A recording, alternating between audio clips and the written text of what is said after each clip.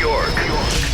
Ebro in the morning on Hot 97. LeBron James has reportedly signed a 4-year, $154 million deal with the Lakers. Lots of money. Kobe tweeted LeBron to welcome him. That was nice. Yeah, I mean, of course. Kobe's an ambassador for the Lakers now. I mean, I think he's probably quietly hating a little bit. Yeah, that's great, man. You think he's quietly hating? I mean, I don't know. If you feel like you just retired a couple years ago, you're probably like, I actually got more gas in the tank. The Lakers are going to be nothing without me. And now LeBron's there and is going to be the decisive star in L.A. I feel like, but I'm making that up. Listen, maybe he's thrilled with it. I'll tell you one thing, though. I think this shows that LeBron really just wanted to live in Los Angeles because it's not a sexy team on paper. And you're saying there's going to be a lot of bandwagon people, but there's just some LeBron fans. We're going to be all right. We're going to be all right. Why? Cass, it's not your team. No, they are. We will be okay.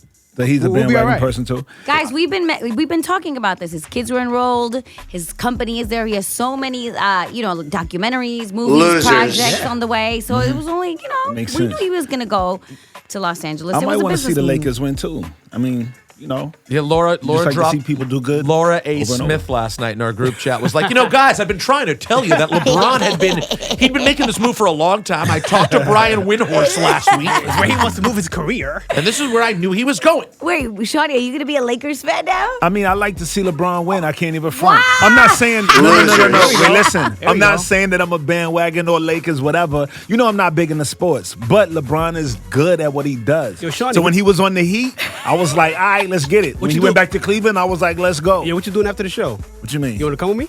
To go where? Get some jerseys. Lakers jerseys. Get some jerseys, bro. I'm about to get a couple of jackets.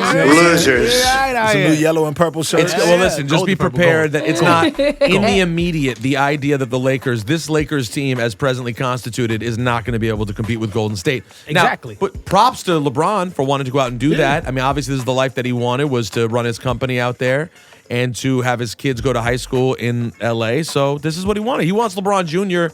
to be able to play in L.A., go to a school, go right to the league. I think a lot of people think his hope is that they play in the league at the same time for a year.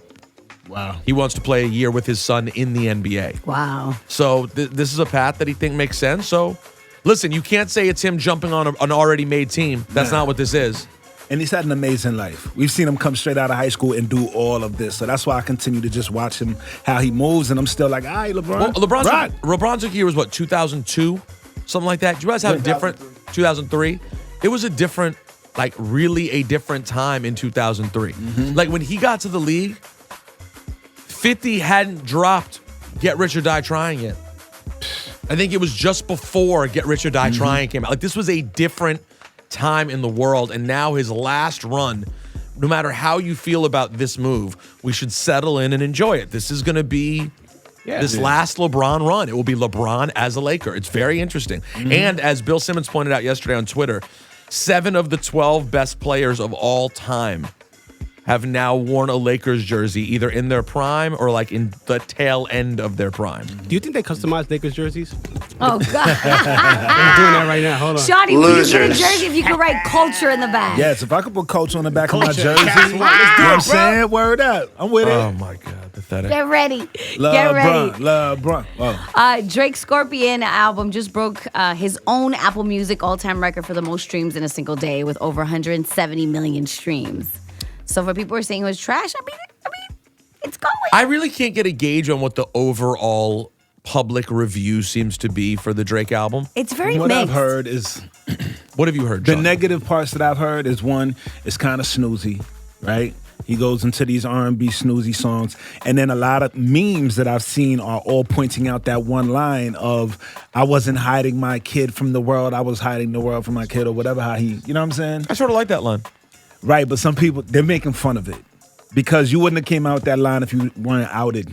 It still comes off of the pusher move. Yeah, no, it's probably is why he did it, but it's still... And you buckled and it's kind of like, I'm sorry, I wasn't really, you know what I'm saying? He does have, the way he addresses the beef and the beef people have with him throughout the album, though, is interesting. Yeah, he delivered. He delivers many times on it. I mean, listen, there are people out there who hate Drake, and they send him the messages, how could you even listen to someone who doesn't write their own lyrics? Right. Meanwhile, they're sitting around listening to Kanye, and Drake wrote on Kanye's album, so I don't really understand what everyone's talking about. I think Disc 1 is his best rap album to date. Do I think it's a classic? No. I think it comes short of that. But I think it's really solid. And I think if you enjoy listening to bars, he raps throughout this entire album and says a lot of interesting things.